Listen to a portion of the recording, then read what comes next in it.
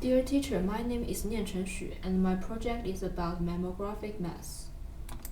Since the breast cancer is more and more common nowadays, it's very important to give a check regularly and prevent the cancer according to the health report.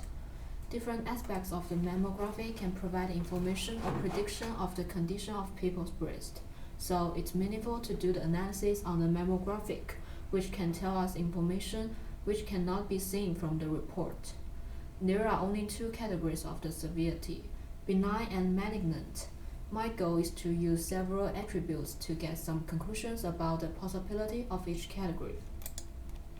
And I use the database from this website. There are total 6 variables in the dataset, and the dependent variable is severity, and other variables are all independent variables. From the basic information, we can see that there are total 961 samples in the beginning.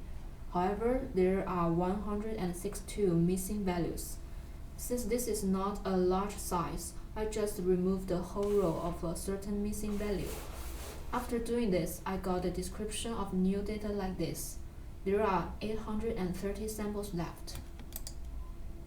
From the description, I found that the age range is so large to get clear and beautiful plots in the following analysis. So I classified age into 5 levels. Then for higher accuracy score and better prediction performance of the models, I checked the correlation coefficient between all the variables. The pictures show a clear relationship between variables, and I found that margin and shape have a highest coefficient, which is higher than 0.5. And this is not difficult to understand because margin is actually a part of the shape. So I decided to drop the margin column. Then I used Manning plots to do some basic analysis. The first one is crosstab. These plots show the proportion of all the levels of one variable. The two pictures in the first line are very beautiful since they all show a trend of change, especially the right one because there seems a linear relationship between age and severity. So BIIADS score and age are all good predictors. However, the two pictures in the second line are not that satisfying. The shapes level 1 and level 2 almost have the same proportion of two levels of severity. And there's less change in the proportion about the density, so the density may not be a perfect predictor. The first histogram shows that the dataset has a perfect balance of dependent variable because the percentage of each category is close to 50%. And the second one shows that score 5 and score 6 have a greater possibility of getting the cancer. People who get score 4 don't need to worry a lot since it's more likely to be benign. And the box plot shows that the main range of people's age whose severity is benign is from 20 years old to 40 years old, while the range of the other category is 20 years older. Also, the spread of BIIADS score is very scattered for benign, but that of malignant is scattered between score 4 and score 5. There's also a clear view that the shape differs a lot for two categories. However, the spread of density keeps the same, so the density doesn't have a strong effect on the severity. The violin plot is the advanced version of the box plot because it shows the whole distribution of the dataset, not only the quantiles and median. So there's an obvious finding that the shape's distribution is almost opposite for two categories. And there are two peaks for the BIIADS score of malignant, which means when people get these two scores, it's very dangerous then. The last plots are scatter matrix and pair plot.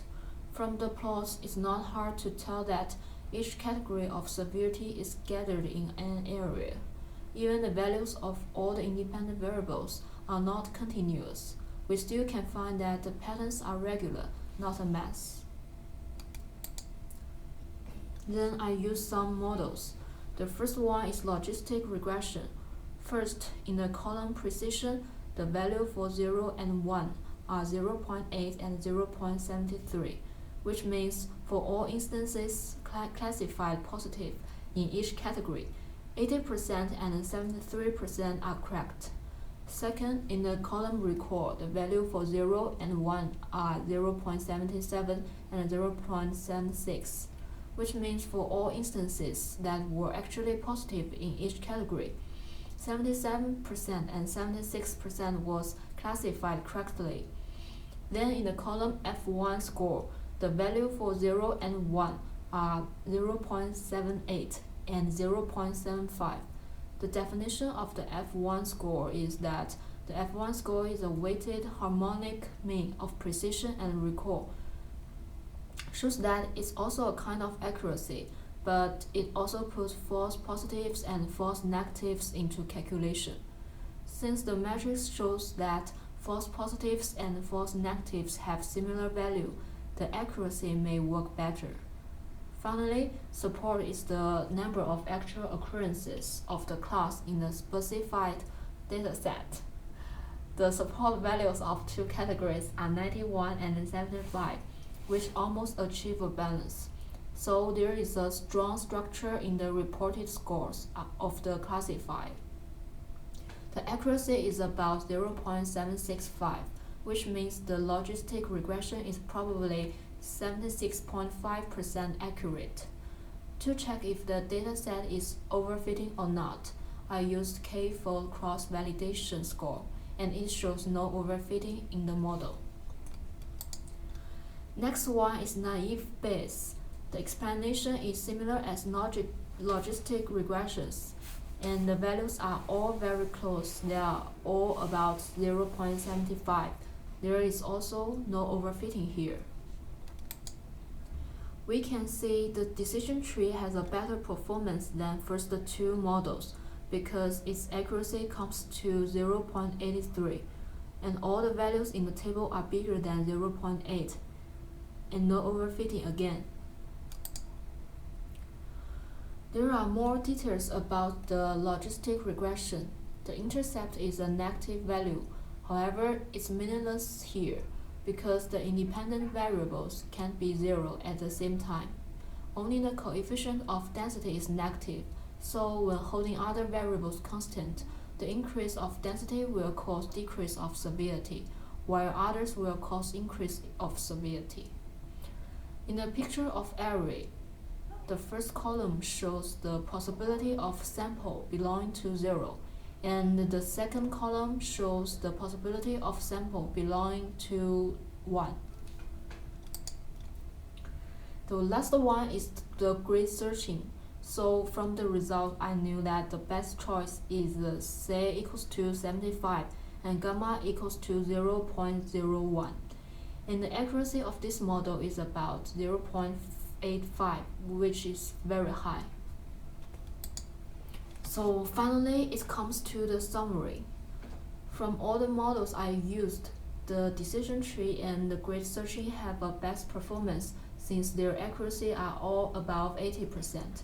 Also, the others also have a good performance. These results show a balance of the dataset. Then there comes some conclusions based on the basic analysis. People aged in the range of 40 to 60 should pay more attention to their healthcare and check. Also, when the BIIDS score comes to 3, it's not a good result, which should be a warning. When the score increases into 4, people would better go to doctor for further consulting. And the same situation for the mass shape. Also, the hospital is better to use the machine which can be more precise in the mass density. These are the improvements I tried and not tried. Actually, there are more methods to improve the accuracy. And these are all the references I used. That's all. Thank you.